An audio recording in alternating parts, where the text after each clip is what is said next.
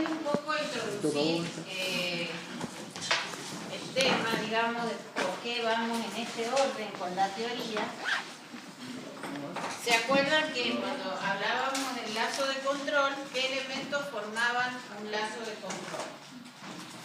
Lo primero es el proceso, que es nuestro sistema controlar, nuestro proceso, que en este caso, por ejemplo, es un tanque, el cual yo quiero controlar o mantener constante el nivel. Para poder mantener constante ese nivel, lo primero que tengo que hacer es medir la variable nivel, censarla a partir de un elemento que acá como bloque H de realimentación representa un elemento sensor-transmisor. Ahí tenemos en ese esquema un medidor de nivel, por eso la L, la primera letra siempre indica la variable a medir, la L de nivel y la T de transmisor. Esa señal censada se envía al controlador. Yo pese a que siempre hago ese esquema, siempre les recuadro que nuestro controlador realmente es todo eso. Es decir, no es que se resuelva externamente al controlador ese error, van a ver que es parte del mismo instrumento que resuelve la diferencia entre el valor medido y el valor deseado. Y en función de ese error, de esa desviación, aparece una acción que el controlador hace sobre algún elemento de acción final. El proceso, nuestro sensor, envía la señal al controlador y actúa sobre un elemento que acá es nuestra válvula de control, que es lo que ahí hemos marcado como un bloque GB. Entonces, eso sería un lazo realimentado. ¿Por qué? Porque hay un proceso al cual le estoy midiendo la señal, la estoy corrigiendo, y a través de un elemento de acción final estoy haciendo una acción de control. Bien, hasta ahora, ¿qué es lo que hemos visto en la unidad 1? Hemos tratado de comprender de qué forma se comporta el bloque proceso. Es decir, hemos modelizado a través de llevarlo a 2 o 3 modelos básicos, modelos de nuestra función de transferencia, que son primer orden, segundo orden, que se podría ver como un sistema de dos elementos de primer orden, y tiempo muerto. Básicamente, cualquier proceso lo podemos llegar a modelar como alguno de ellos o una combinación de ellos. Entonces, lo que hemos visto hasta ahora es el bloque proceso a través de las posibilidades de modelización a través de alguno de estos modelos o sistemas. Ahora lo que vamos a ver es el controlador. En ese orden, ¿por qué? La semana que viene lo que vamos a ver es alguno de los elementos, creo que el caudal nos tocaba, ¿no? Una medición de caudal, es decir, ya vamos a empezar a ir intercalando elementos de medición dependiendo de la variable principal, temperatura, presión, nivel y caudal. Pero lo hacemos en este orden para que además puedan ir teniendo los conocimientos necesarios para el laboratorio. Entonces, ahora vamos a ver el bloque controlador, que es lo que resuelve, por qué a veces acción proporcional, acción integral o acción derivativa, y vamos a ir intercalando con medición de caudal, de presión, de nivel, de temperatura. Bueno.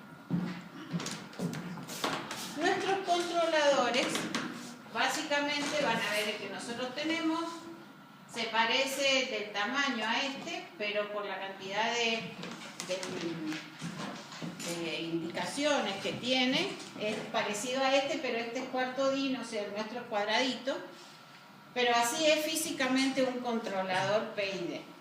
Un controlador PID, si uno lo representa a través de un diagrama de bloque, tiene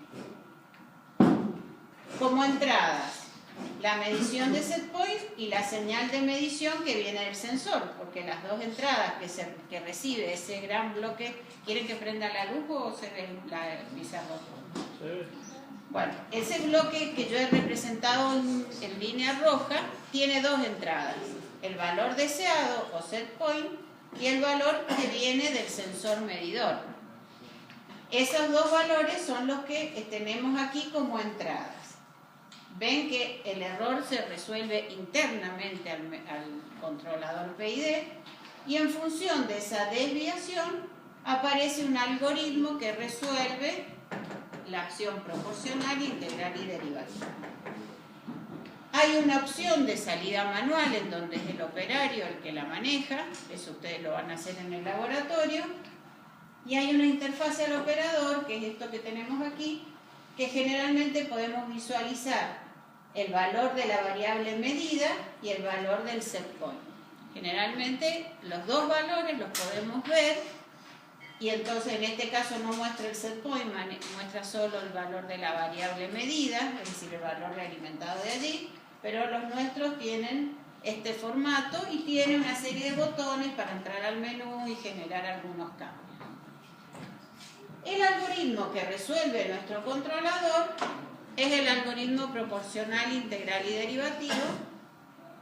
Aplicada a la transformada de Laplace, este algoritmo se transforma en una función de este tipo. Las voy a escribir acá las dos para que las tengamos presentes.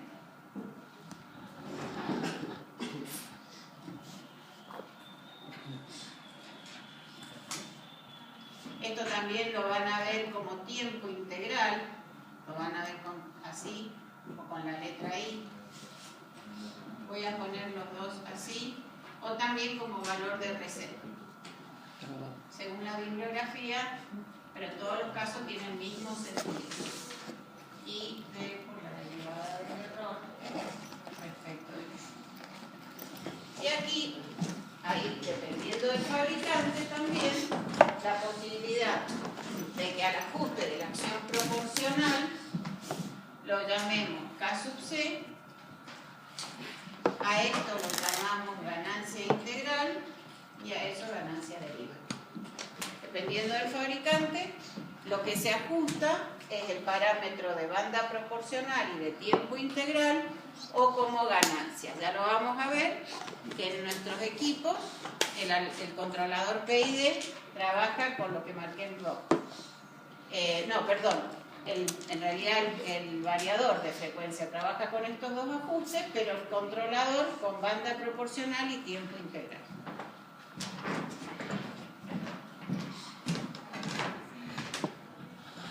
Bueno, ahí les he puesto algunos catálogos. Este es el que se parece más al nuestro. ¿Ven? Esa es la forma. Van a ver que tiene entradas universales, digamos, con señales 4 a 20 miliamperes, entradas de termocupla, de termoresistencia, alarmas. El nuestro tiene 2 alarmas, pero bueno, en un catálogo estas son la información que normalmente dispone. Dentro de los controladores, vamos a empezar por el más sencillo. Si uno tomara una acción solo proporcional,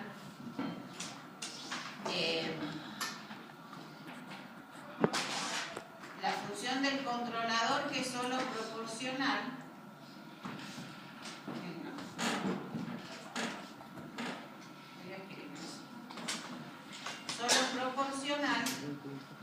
podemos decir que hay dos casos. El on-off como un caso particular del controlador solo proporcional y el controlador. En el caso del control on-off es lo que ustedes tienen, por ejemplo, en la heladera de sus casas. Ustedes tienen un valor de seteo de la temperatura de la heladera y ¿qué es lo que ven? El motor arranca o para. Arranca o para. Tiene solo dos acciones que son normalmente opuestas, digamos. Totalmente abierto y totalmente cerrado, o parado o arrancado. Digamos, no hay condiciones intermedias que permitan hacer actuar a ese controlador en valores que no sean los estados límites. Entonces, en este caso, si mi variable medida fuera esa línea, o sea, esa curva, por ejemplo, la temperatura, porque se supone que en este esquema, en este proceso, lo que estoy midiendo es la temperatura del fluido que tengo ahí adentro. ¿Qué es lo que hace cuando la temperatura está por encima del valor deseado? Esa línea es nuestro valor deseado. Nosotros queremos 30 grados, por ejemplo. Cuando la temperatura está por encima de 30 grados o está por debajo de 30 grados, fíjense que la acción del controlador es pasar de un extremo al otro. En este caso, dice que aquí abajo es cerrado y aquí es abierto. ¿Por qué? ¿Qué variable estoy manejando? ¿Cuál sería mi variable manipulada? La variable que estoy actual, con la cual la válvula que estoy manejando a través del controlador. ¿Qué dibujó? La válvula. El accionamiento de una válvula. Entonces, ¿esa válvula qué maneja? ¿De qué? ¿Qué se supone que está manejando en ese esquema? El combustible. El aporte de combustible al quemador o no. ¿Ven? Esta válvula está manejando el aporte de combustible al quemador. Entonces, cuando la temperatura está por encima de nuestro valor deseado, ¿qué es lo que estaría haciendo ese control todo o nada? Reduciendo el caudal. Tendría cerrada la válvula de combustible porque podría ser la condición mínima, porque normalmente no va a prender y apagar, pero será una condición mínima del quemador o una condición máxima. Cuando la temperatura está por debajo, está totalmente abierta o en su valor máximo. Pero fíjense que el cambio se produce en un punto. O sea, la condición es apenas supera ese set point o apenas supera por debajo del set point. Y la acción no es regular entre el valor mínimo y el máximo. Es regular abajo o arriba, cerrado o abierto, el mínimo o el máximo. Esa condición es lo que llamamos un control on-off. ¿Por qué? Porque está pasando de un extremo al otro. Hay una condición intermedia del control on-off, que es el control cuando tiene banda muerta. En vez de tener un único valor deseado, un único valor seteado o valor de referencia, tiene dos. Tiene un valor mínimo y un valor máximo. Eso se llama una banda muerta, dentro de la cual el controlador solo actúa cuando la temperatura está por encima. Ven que el punto de cerrar no está exactamente en un valor como acá, que sería normalmente el valor medio, sino que cuando pasa por encima del valor máximo, cierra y mantiene cerrado hasta que pasa por debajo del valor mínimo. Eso permite ampliar el periodo de esa conmutación. Tener una banda muerta implica igualmente un control todo o nada, porque realmente igual está pasando entre un mínimo y un máximo, abierto o cerrado, pero tenemos un periodo normalmente en esa oscilación un poco mayor, lo cual genera menos desgaste en el elemento de acción final y generalmente una condición de control un poco más benigna. Pero no todos los procesos aceptan esta banda muerta. Habrá que ver, de acuerdo a nuestro proceso, si corresponde o no con banda muerta o sin banda muerta. Bueno, aquí hay algunos ejemplos que todos manejan sin banda muerta o con banda muerta, acción o no. Cerrada y abierta, un mínimo y un máximo. Y ahora vamos a pasar a nuestra acción proporcional. En nuestra acción proporcional, el algoritmo lo que va a responder es solo proporcional al error. De toda esa cuenta que yo escribí ahí, que tiene tres términos, una parte proporcional al error, una parte proporcional a la integral del error y proporcional a la derivada, solo trabajamos con esta parte de la respuesta. De acuerdo a la magnitud del error, es lo que nuestra acción de control, MDT, la entrada a la válvula, en definitiva lo que abre o cierra esa válvula, va a depender solo del error. ¿Cuál es el problema que tiene el algoritmo así? Si yo graficara el error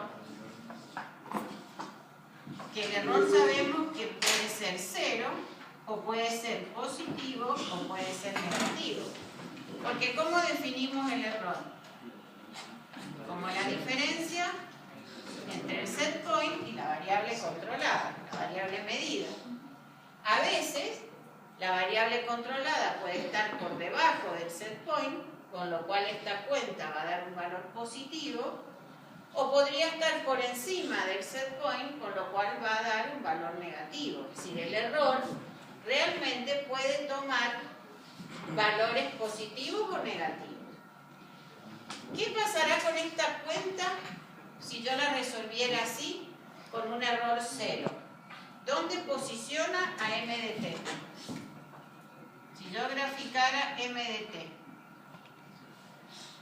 junto con el error. Cuando el error es 0, ¿dónde deja a m de t? En 0. En 0. ¿Y qué pasa con errores positivos? Abre hasta un valor del 100% de apertura. ¿Y qué pasa con los errores negativos? Puede seguir cerrando si ya está la válvula cerró. Para errores negativos la válvula ya no puede cerrar más. El algoritmo así solito no me sirve para controlar los errores negativos. Entonces, en este algoritmo lo que aparece siempre es un bias o polarización. Que normalmente, ¿qué hace este bias o polarización? Aporta un valor constante que está en el 50%. Y entonces, si yo ahora grafico m de t, pero con esta corrección, cuando el error es 0, ¿dónde posiciona a m de t? 50%. En el 50%. Cuando los errores son positivos, abre hasta el 100%, y cuando los errores son negativos, cierra desde la mitad hasta cerrar todo. Es la única forma que tengo para que este algoritmo, que es solo proporcional, pueda manejar errores negativos. ¿Se entiende eso? Si yo cortara y no agregara el bias o polarización, no podría corregir nunca los errores negativos. Porque cuando el error es 0, cuando igualó la variable controlada al set point, la válvula cerraría toda.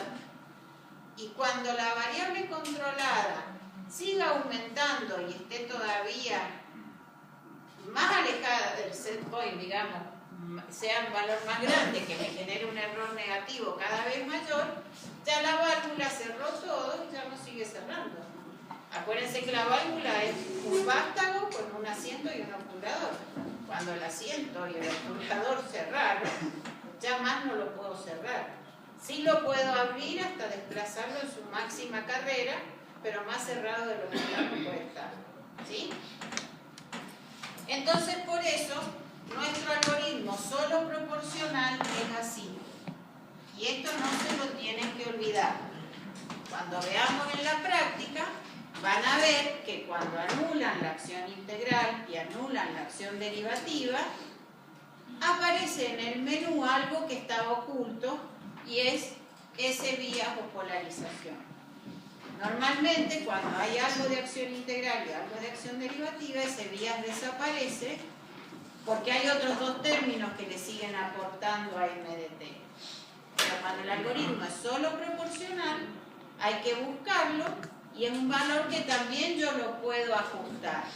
¿Por qué? Porque a lo mejor es más difícil corregir errores positivos que errores negativos.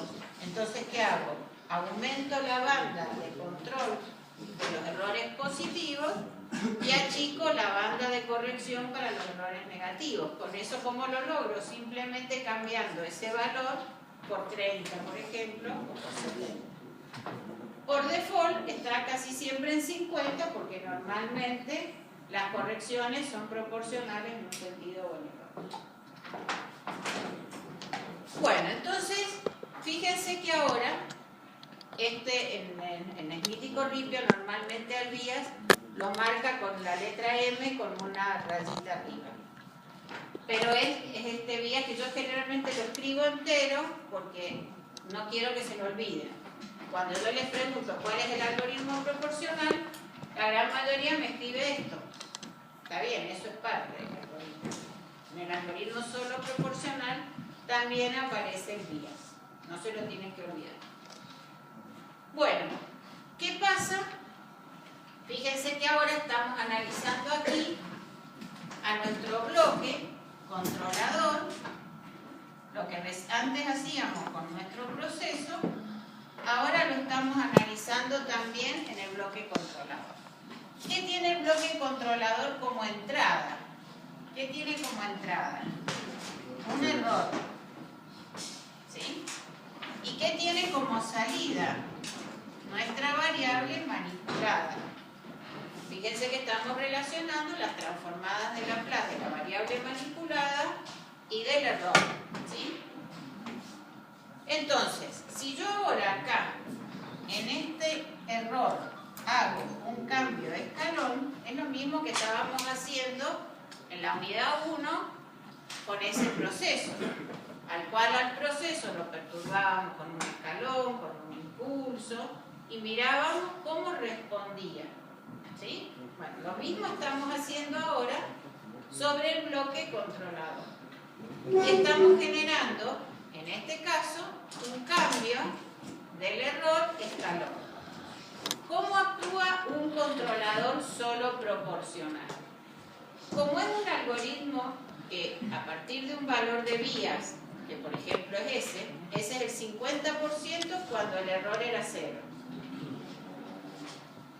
Acá, a juzgar por lo que ustedes vieron en la unidad 1, el K sub C del controlador, la ganancia esa, ¿es positiva o es negativa? Es positiva. A un error positivo, la válvula abre. ¿Y qué hará para un error negativo? Cierra. En este caso, el error puede ser positivo o negativo. K sub C es siempre positivo. Es siempre positiva. Hay un tema que a veces confunde en la bibliografía que habla de acción directa y acción inversa. En realidad, el controlador tiene todos sus parámetros de ajuste siempre positivos. ¿Qué es lo que hacemos para generar una acción invertida del controlador? Normalmente lo hacemos a través de la válvula. En vez de tener una válvula que con aire abre, tenemos una válvula que con aire cierra. Si la acción inversa de control lo hacemos a través de la válvula. También lo podríamos hacer invirtiendo la conexión 4 a 20 mA, pero las ganancias son siempre positivas. Lo que pasa es que cuando el error es negativo, voy a multiplicar a K sub C por un error negativo y lo que va a hacer es cerrar. Si yo lo que quiero es hacer una acción opuesta, lo que tengo que hacer es cambiar el tipo de elemento de acción final usando una válvula que con aire cierra en vez de usar una que con aire abre. Porque antes falla cierra, antes falla abre. Y acá, ¿por qué tenemos dos rectas, digamos, dos curvas en forma genérica, a un cambio de escalón, en donde el error pasó de ser 0 a tener este valor? ¿Qué es lo que hizo el controlador? De estar posicionado en un valor del 50%, se posicionó ahora en un valor 2. ¿De qué depende la amplitud de esta variación? Solo de K sub C. Si K sub C es 1, cuando el error es 1, abre 1. Cuando el error es 2, abre 2. Pero si K sub C es 2, cuando el error es 1, abre el doble. Cuando el error es 2, abre 4. Estas dos rectas o dos curvas dependen del ajuste K sub C. Y fíjense que estamos representando la respuesta a lazo abierto. No estamos pensando que esa corrección hizo cambiar la válvula cambió el caudal de entrada al proceso y la señal se realimentó. Ojo, Estoy graficando solo en el bloque controlador qué es lo que nuestro controlador proporcional haría ante una entrada de error. El error es 2 y K sub C 2 abre 4. Y eso es lo único que hace el controlador. Multiplicar por K sub C el valor que el error está, o sea, el error que se está produciendo a través de la medición del sensor.